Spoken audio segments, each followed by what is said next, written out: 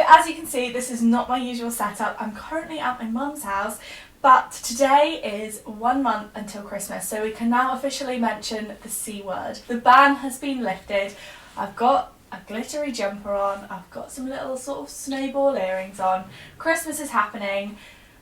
It's time. So today we're going to be chatting about some of Netflix's Christmas offerings for the year. In the name of science, I have watched them all already. Everybody's thought that I've been crazy over the last few weeks, but I thought that I would rate some of them out of 10, and yeah, just kind of in case any of you wanted to know which Christmas films to watch, because there are some bad ones out there. So the kind of umbrella for this video is just Christmas films which are on Netflix this year. I have tried to focus on a lot of the newer ones, but they're not all new and they're not all Netflix originals, and this is definitely not at all scientific. It's obviously completely my own opinion. However, if this is the first time that you're seeing my face, I do make quite a few videos surrounding sort of Netflix and like film and TV generally, so if you would like to subscribe, I would love to have you. One of my favourite things about these videos is that you guys leave your suggestions in the comments and we can kind of all use that as an extra resource. Despite what this video may make it look like, I haven't seen all of the Christmas films yet, and I would love to hear your thoughts and your favourites so I can check them out too. So give the video a thumbs up if you find it helpful or informative, or you're just a big fan of Christmas, and I think that's everything for admin, so let's crack on. So the first on my list is a new one. I'm pretty sure it's a Netflix original, and it is Let It Snow. Tobin! Hey, what's up? Yeah, I'm good. See you downstairs when you found a bra. This is based on a novel by John Green, Lauren Miracle and Maureen Johnson, and I had really high hopes for it. I'd seen the trailer, I thought it looked great. And it's kind of American high school's answer to Love Actually, which sounds horrible, but it is actually really nice. Christmas Eve bash. Come one, come all. Wow. Boom. So there's 3 different kind of teenage love stories which all interweave. Yeah, it's very Love Actually-esque. And it is full of up-and-coming youngsters.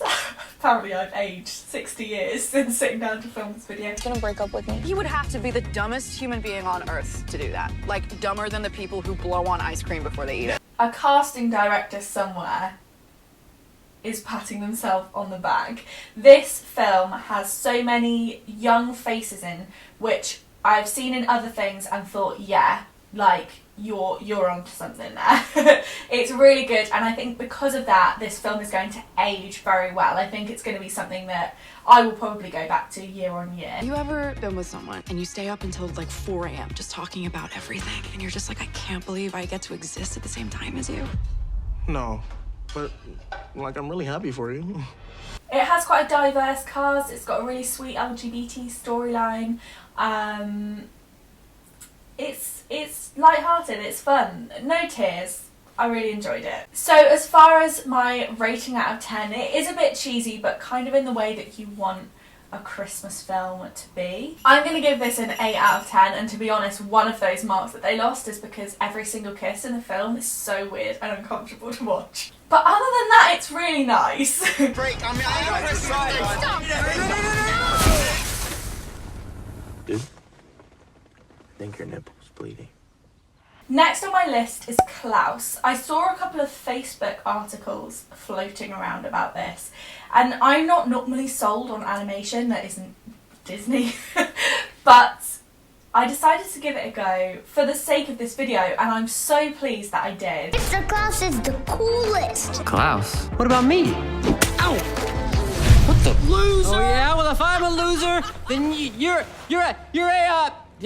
too far. You're gone. This is a Netflix original animated film, as I've pretty much just said, about Santa's origin story. The kind of basic premise is that the entitled son of a man who owns the postal service is sent to like a remote, snowy area to set up a new post office. It is good.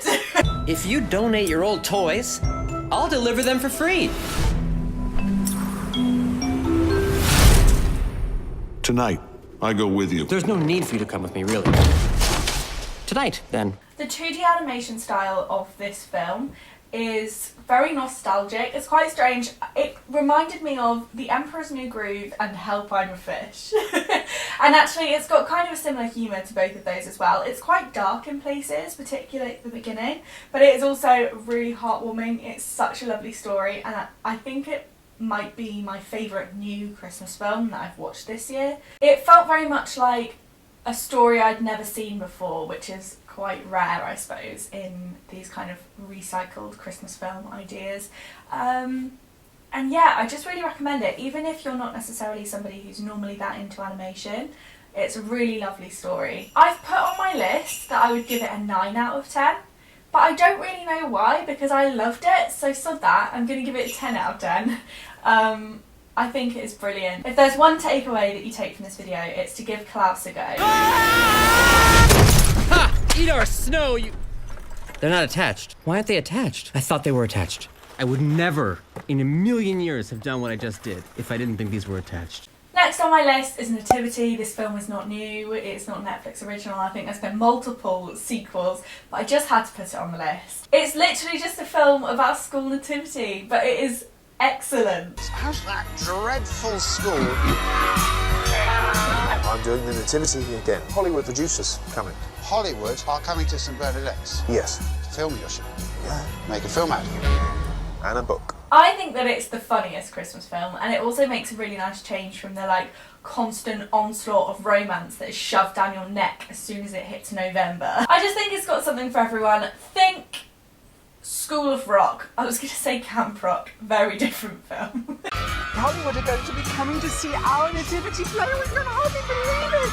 Oh, it's a lie. It's not true. the whole town is buzzing with the news. I made it up.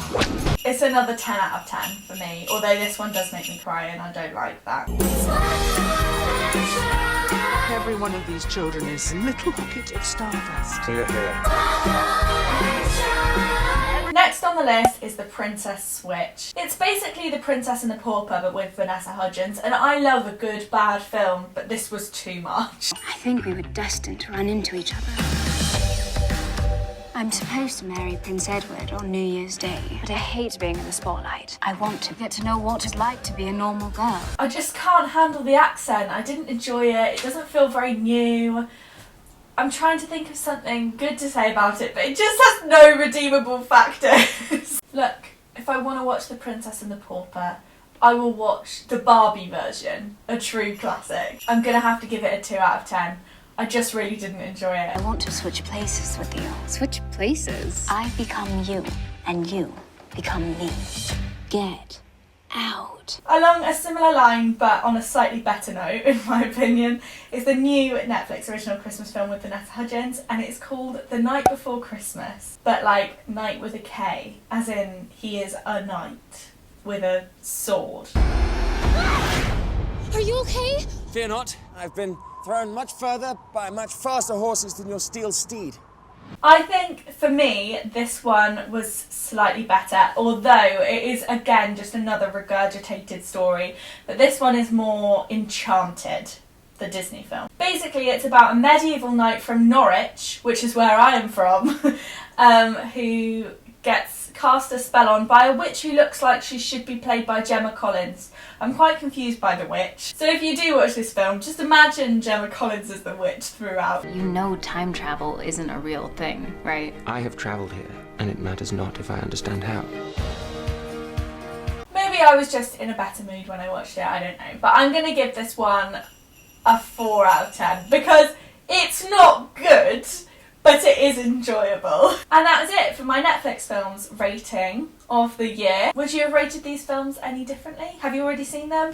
Or what are your favourite Christmas films? Please let me know, because then we can all scroll down and have a look for other people's recommendations as well, and I just think that's generally helpful. As I said at the beginning of the video, I would love nothing more than if you would subscribe and stick around. I've got a lot more TV and film based videos in the works, and if that sounds like your bag, then you know what button to push. Thank you very much for watching. I hope you have a lovely December with all of the time to watch all of the Christmas films. If you're in the mood for something other than Christmas films, you can click up here to watch my latest Netflix recommendations video, and down here we have whatever video of mine that YouTube thinks you enjoy the most. Twinkle and I are just going to sit here until you pick one. Let it snow, let it snow, let it snow. Go on.